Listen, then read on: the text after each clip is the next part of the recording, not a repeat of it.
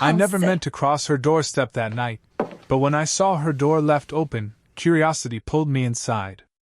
And what I found changed everything I thought I knew about her, and about myself. I still remember the evening it happened. The kind of evening that carries a strange stillness, as though the world itself is holding its breath. I had just come back from a late class, my backpack slung over one shoulder, my mind still tangled in half-finished thoughts. The hallway of our apartment building was unusually quiet. The usual noises, the distant laughter, the muffled television sounds, were absent. Only the hum of the fluorescent lights overhead accompanied my footsteps. And that's when I noticed it. Her door. My neighbor's door. Slightly open. It wasn't wide, just enough to notice if you were paying attention, enough to leave a sliver of golden light spilling into the otherwise dim hallway. At first I thought I was imagining it, but no. The door really was ajar, hanging on its hinges like a secret that hadn't been fully shut. I froze. My neighbor, Miss Evelyn, she was older, elegant in a way that never seemed forced, always composed. She wasn't careless. Not the type to leave things undone. And yet, here was her door, open as though it had been forgotten. A dozen thoughts ran through me. Was she all right? Had she stepped out quickly and forgotten to close it? Or was she inside, needing help? I stood there for a few moments longer than I should have, torn between leaving it alone and checking in. But the sliver of light kept pulling me closer. There was something unsettling about it, the way it cut across the hallway floor, inviting but also warning. I lifted my hand and gave a small knock against the wood. Miss Evelyn? My voice sounded too loud against the silence. No answer. That silence made my pulse quicken.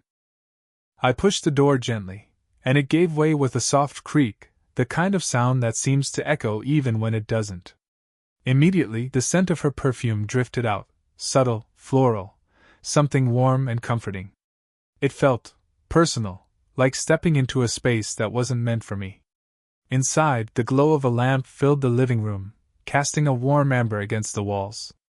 Soft music hummed from somewhere deeper in the apartment, faint, almost melancholic. The place wasn't chaotic. Nothing was overturned or broken. It felt lived in, yes, but carefully so, just like her. And yet, the door had been left open. I hesitated on the threshold, my hand still against the wood as though I could retreat at any second. My heart thudded in my chest, louder than the rain beginning to tap against the windows. I wasn't supposed to be here. I knew that. But something urged me on, a quiet pull that whispered, "Don't walk away just yet." And so, against my better judgment, I stepped inside. The moment I stepped further inside, the atmosphere shifted. It wasn't danger I felt, but something far more delicate, the sense of stepping into someone else's solitude, into a private moment that wasn't meant to be seen. The source of the music became clear as I reached the edge of the living room. A soft jazz record played from a small player near the bookshelf, the notes drifting lazily into the air. And there she was. Evelyn. She was seated on the couch, barefoot, her legs tucked beneath her, a half-filled glass of wine resting on the coffee table in front of her. Her head was tilted slightly back, eyes half-closed, as if she had been lost in her own thoughts before I arrived. The cardigan she wore had slipped off one shoulder, revealing the smooth curve of her collarbone. The light from the lamp beside her haloed her in a soft glow, making her seem both impossibly graceful and quietly vulnerable all at once. For a moment I froze. She hadn't noticed me yet, and I wasn't sure if I should call out or retreat. My instincts told me I was intruding, but my heart lingered. There was something about seeing her like this, unguarded, almost fragile, that struck me. Then she noticed me. Her eyes flickered open, widening just slightly in surprise. For a split second, I thought she might be angry or frightened. Instead, she gave a small, embarrassed laugh, the kind that tumbles out when words don't arrive fast enough. "Oh," she said softly, brushing a strand of hair back behind her ear. "I must have left the door open again." Her voice was calm, but there was a shade of pink in her cheeks. She wasn't upset. If anything, she seemed more embarrassed by the oversight. I cleared my throat, trying to steady my voice. I wasn't sure if you were okay. The door was open, and you thought I'd been robbed? She teased lightly, cutting off my nervous explanation. Her lips curved into a small smile, but her eyes held a tiredness I hadn't noticed before. I stepped closer, careful not to overstep, and crouched near the coffee table where a book had fallen to the floor. I picked it up, brushing off the cover before setting it gently back beside her. Our fingers brushed in the process, just for an instant, but long enough for me to feel the warmth of her skin, the softness of her touch. It was nothing, really. Just a fleeting contact. But it lingered in my chest, heavier than it should have. "Thank you," she murmured, her gaze dropping to the glass in front of her. Then, with a slight motion of her hand, she gestured toward the chair opposite her. "You might as well sit, since you've already broken into my living room." Her tone was playful, but there was a quiet undercurrent in it, something that felt like an invitation. And so I sat, still aware of the faint trace of her perfume in the air, still aware of how easily my pulse betrayed me. What I intended to be a quick check, just making sure she was all right, somehow stretched into something else. Maybe it was the way Evelyn gestured toward the chair across from her, or maybe it was the quiet way she exhaled, as if my presence had lifted some of the weight she'd been carrying alone. I sat down, still a little hesitant, but once I settled, the room itself seemed to grow warmer, more alive. The lamp beside her painted everything in shades of amber, the soft jazz continued to hum in the background, and for the first time that evening, her posture seemed to relax. We began with small talk. The usual: how late it had gotten, the weather outside, the way the rain had picked up and was now tapping steadily against the window panes. But slowly, our words drifted into deeper waters. She told me about her day, about the endless emails and meetings, the kind of exhaustion that doesn't just live in your body but in your spirit too. Her voice softened when she spoke about the evenings, how the silence in her apartment sometimes grew too loud, how the hours stretched longer when there was no one around to share them with. There was no dramatic confession, no breaking down. Just honesty, simple and raw. And it caught me off guard. Because I'd always known her as composed, perfectly put together, a woman who carried herself with effortless grace. Yet here she was, admitting to loneliness, and the vulnerability in her words made her seem human in a way that drew me closer. I listened, maybe more intently than I ever had with anyone. I found myself watching the way her lips curved around her words, the way her fingers absent-mindedly traced the rim of her glass, the way her eyes searched mine before darting away when she said something particularly vulnerable. And then there was the laughter. Light, easy, and unexpected. She laughed when I joked about my own clumsy attempts at cooking, and when she did, her head tilted back slightly, her shoulders relaxing in a way that made the whole room feel lighter. It was during one of those moments, her laughter still fading, that her hand, almost without thinking, reached across the space between us and rested lightly on my forearm. Just for a second. The warmth of her touch spread through me, and I had to remind myself to keep breathing. It wasn't deliberate, I told myself. It was just a fleeting gesture, a reflex. But my body didn't care. My chest tightened, my pulse quickened, and suddenly the space between us felt far smaller than it actually was. The minutes blurred. An hour passed without either of us noticing. And though the rain outside grew heavier, though the world beyond her open door kept moving, I found myself rooted there, caught in a quiet gravity I hadn't felt before. I hadn't planned to stay. But I couldn't seem to leave. The longer I sat there, the harder it became to ignore the quiet storm building between us. It wasn't anything either of us had said out loud, not yet. But it was there, in the way her hand had brushed mine, in the way her eyes lingered on me a moment longer than necessary before pulling away. A silence settled over us, but it wasn't the uncomfortable kind. It was heavy, meaningful, as if the room itself was holding its breath, waiting to see what would happen next. The record player clicked softly as one song ended and another began, its gentle melody filling the air where words had stopped. I felt my chest tighten with something I didn't want to admit, something I couldn't quite suppress anymore. And before I could stop myself, I spoke. I don't know if I should say this, I began, my voice low, my eyes fixed on the faint condensation gathering on her wine glass. But I feel drawn to you. More than I expected. More than I probably should. The words hung there, fragile and dangerous, and for a moment I regretted letting them slip out. Evelyn didn't move right away. She didn't laugh it off, didn't dismiss it. Instead, she let the silence stretch, her gaze falling to her lap, where her fingers intertwined slowly as if giving her time to think. Finally, she looked up at me. Her eyes were softer than I'd ever seen them, but there was a glimmer of something else too, caution. You know there's an ocean between us, don't you? She said gently. Not in miles, but in years. Her voice wasn't sharp, but it carried weight.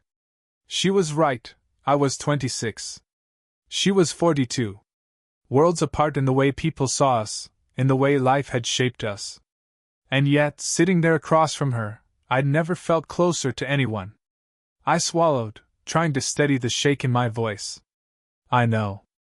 I've thought about it. Maybe too much. But I can't ignore what I feel when I'm around you. For a moment, something flickered across her face. Conflict. Longing. Fear. It was all there, visible in the way her lips parted but didn't form words right away. Then, almost hesitantly, she reached out and placed her hand over mine. Her palm was warm, steady, but I could feel the faint tremor in her fingers. You're kind, she whispered. Kinder than you realize. But kindness isn't always enough to protect people from the world, or from themselves. Her touch lingered, and though her words spoke of barriers, her hand told a different story.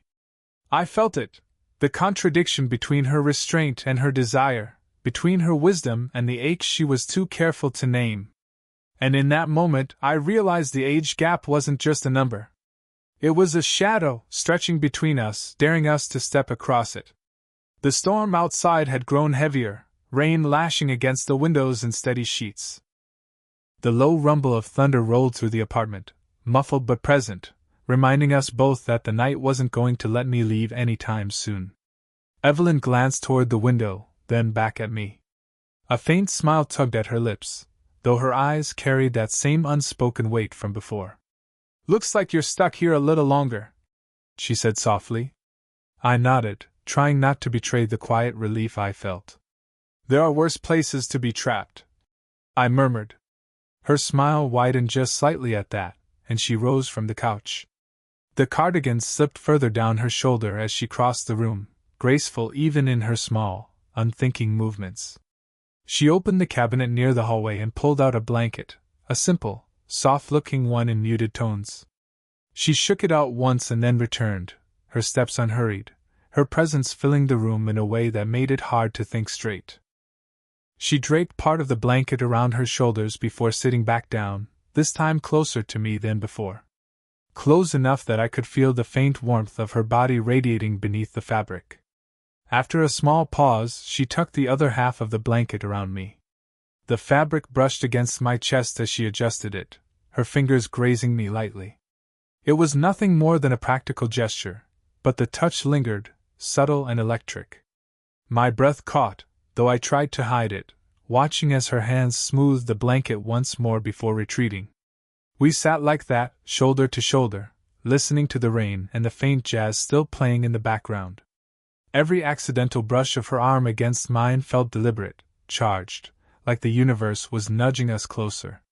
The silence between us was no longer heavy, but alive, humming with something we both felt yet neither of us dared name. At one point, she shifted slightly, leaning just enough that her hair brushed against my arm.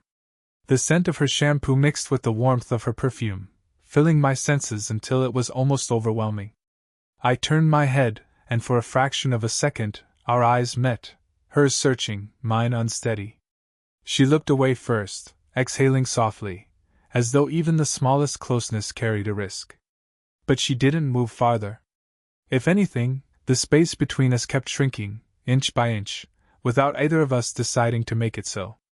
The storm outside roared on, but inside, the world felt hushed, slowed down to nothing but the soft press of her shoulder against mine, the quiet rhythm of her breathing, and the undeniable truth that distance, the kind that once seemed so wide, was slipping away. The storm outside reached its height, thunder rolling so close it made the glass in the windows tremble. Inside, though, the world had narrowed to a single point, the space between us on that couch.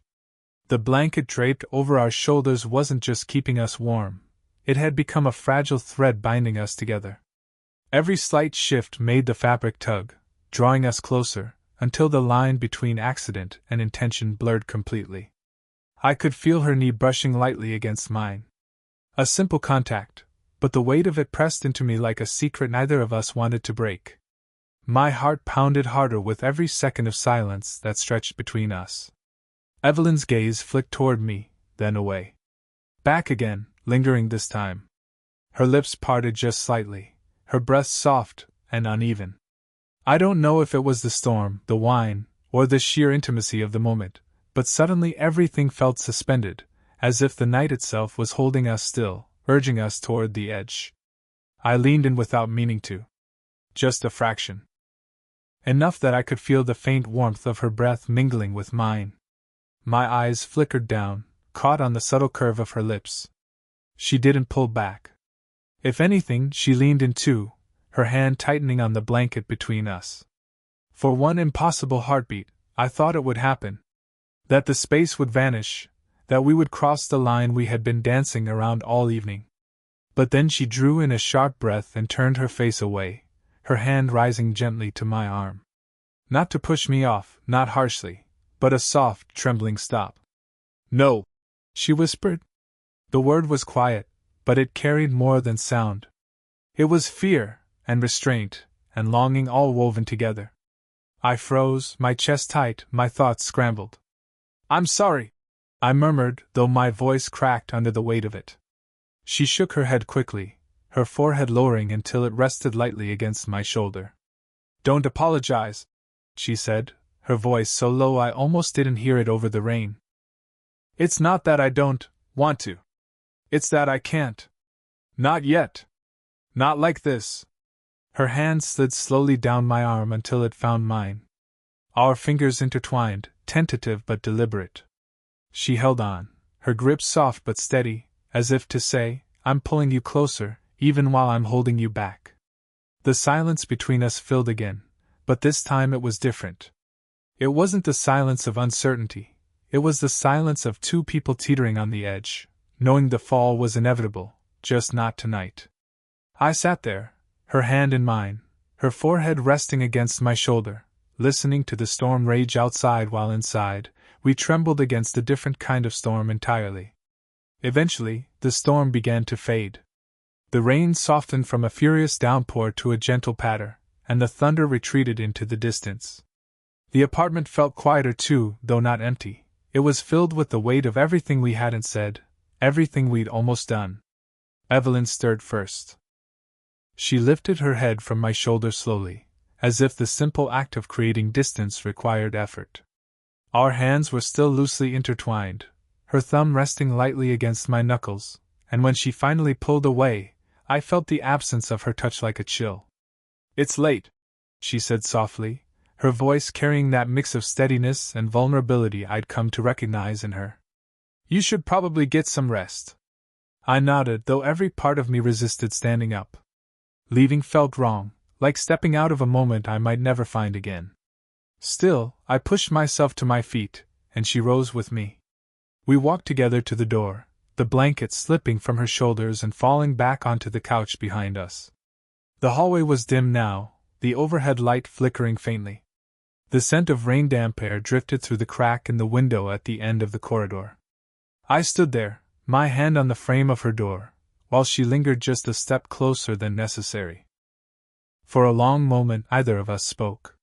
Her eyes held mine, steady and searching, as if she were trying to find words she hadn't yet allowed herself to say. My chest tightened under the weight of it, the awareness that something had shifted between us tonight, something that couldn't be undone. Finally, she broke the silence. "Thank you," she said. The words were simple, but the way she said them made my throat ache. "For staying. For being here when I didn't even realize how much I needed someone." I wanted to tell her how much it meant to me too. How much I needed this, her, more than I'd understood until tonight. But the words caught in my throat. Instead, I managed a small smile. "Anytime," I whispered. She reached out then, her hand brushing mine before gently curling around it. A soft squeeze, warm and lingering before she let go. But her eyes never wavered. As I stepped into the hallway, she hesitated, her hand still resting on the edge of the door. Then, almost playfully but with a softness that carried more meaning than she probably intended, she said, "Next time, maybe I'll leave the door open on purpose."